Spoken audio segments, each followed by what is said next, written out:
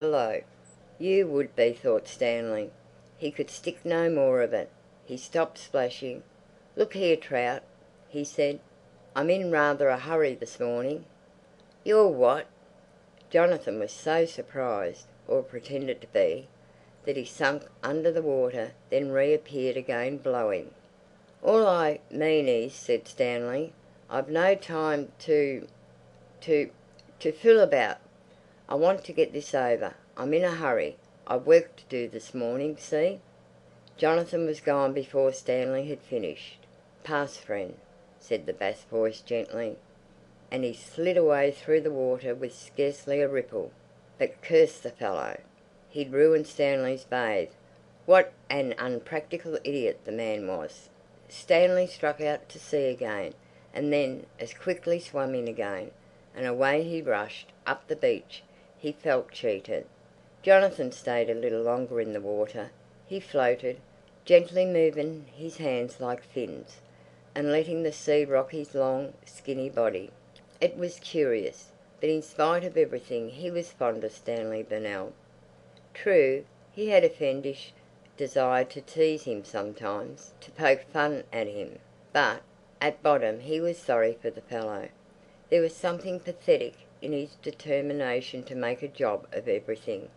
You couldn't help feeling he'd be caught out one day, and then what an almighty cropper he'd come. At that moment an immense wave lifted Jonathan, rode past him, and broke along the beach with a joyful sound. What a beauty!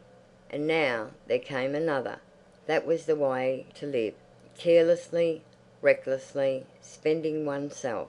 He got onto his feet and began to wade towards the shore, pressing his toes into the firm, wrinkled sand. To take things easy, not to fight against the ebb and flow of life, but to give way to it. That was what was needed. It was this tension that was all wrong. To live, and the perfect morning, so fresh and fair, basking in the light as though laughing at its own beauty, seemed to whisper, "Why not?" But now he was out of the water. Jonathan turned blue with cold. He ached all over. It was as though someone was wringing the blood out of him. And stalking up the beach, shivering, all his muscles tight, he too felt his bathe was spoilt. He'd stayed in too long. End of chapter 2.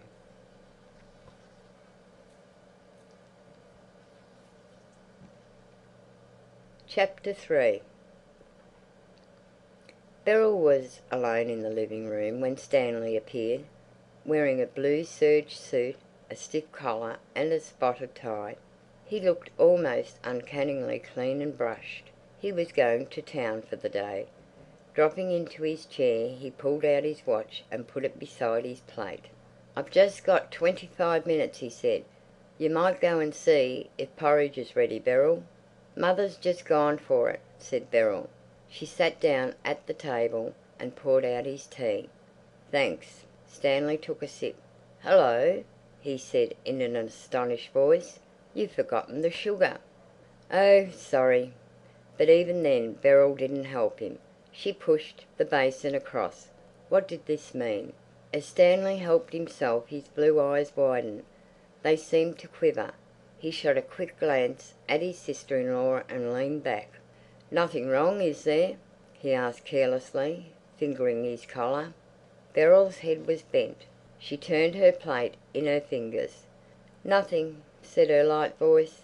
Then she too looked up and smiled at Stanley. "Why should there be?" "Oh, no reason at all as far as I know. I thought you seemed rather—" At that moment the door opened and the three little girls appeared, each carrying a porridge plate. They were dressed alike in blue jerseys and knickers. Their brown legs were bare, and each had her hair plaited and pinned up in what was called a horse's tail. Behind them came Mrs. Fairfield with the tray. "Carefully, children," she warned. But they were taking the very greatest care. They loved being allowed to carry things. "Have you said good morning to your father?" "Yes, Grandma." They settled themselves on the bench opposite Stanley and Beryl. "Good morning, Stanley." Old Mrs. Fairfield gave him his plate. "Morning, mother. How's the boy?" "Splendid. He only woke up once last night." "What a perfect morning!" The old woman paused, her hand on the loaf of bread, to gaze out of the open door into the garden. The sea sounded. Through the wide open window streamed the sun onto the yellow varnished walls and bare floor. Everything on the table flashed and glittered.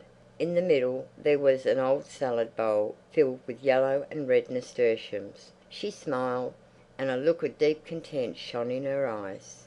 "You might cut me a slice of that bread, mother," said Stanley. "I've only 12.5 minutes before the coach passes. Has anyone given my shoes to the servant girl?" "Yes, they're ready for you." Mrs. Fairfield was quite unruffled. "Oh, Kezia, why are you such a messy child?" cried Beryl despairingly. "Me, Aunt Beryl?" Kezia stared at her. What had she done now? She had only dug a river down the middle of her porridge, filled it, and was eating the banks away. But she did that every single morning, and no one had said a word up till now. "Why can't you eat your food properly like Isabel and Lottie?"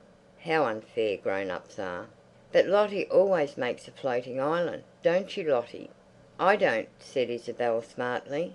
"I just sprinkle mine with sugar and put on the milk and finish it. Only babies play with their food." Stanley pushed back his chair and got up. "Would you get me those shoes, mother? And Beryl, if you've finished, I wish you'd cut down to the gate and stop the coach.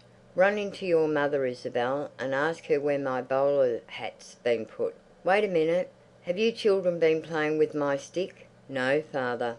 "But I put it here." Stanley began to bluster. "I remember distinctly putting it in this corner. Now, who's had it? There's no time to lose. Look sharp. The stick's got to be found." Even Alice, the servant girl, was drawn into the chase. "You haven't been using it to poke the kitchen fire with by any chance?" Stanley dashed into the bedroom where Linda was lying. "Most extraordinary thing. I can't keep a single possession to myself. They've made away with my stick now." "Stick, dear? What stick?" Linda's vagueness on these occasions could not be real, Stanley decided. Would nobody sympathise with him? "Coach! Coach, Stanley!" Beryl's voice cried from the gate. Stanley waved his arm to Linda. "No time to say good-bye," he cried, and he meant that as punishment to her. He snatched his bowler hat, dashed out of the house, and swung down the garden path. Yes, the coach was there waiting, and Beryl, leaning over the open gate, was laughing up at somebody or other, just as if nothing had happened. The heartlessness of women!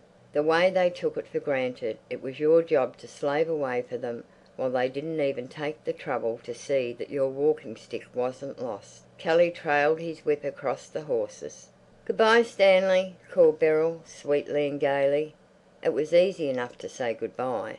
And there she stood, idle, shading her eyes with her hand. The worst of it was Stanley had to shout good-bye too, for the sake of appearances. Then he saw her turn, give a little skip and run back to the house. She was glad to be rid of him. Yes, she was thankful. Into the living room she ran and called, "He's gone!" Linda cried from her room, "Beryl, has Stanley gone?" Old Mrs. Fairfield appeared, carrying the boy in his little flannel coatee. "Gone! Gone!"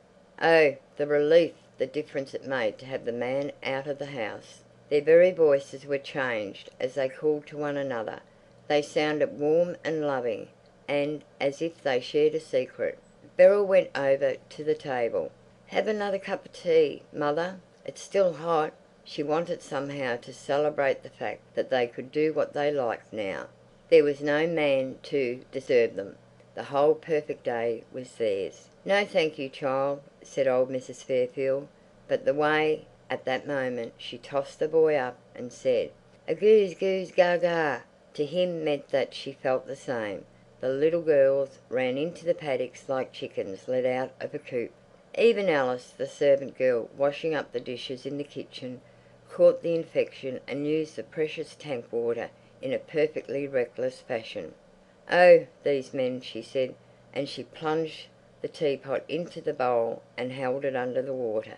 even after it had stopped bubbling, as if it too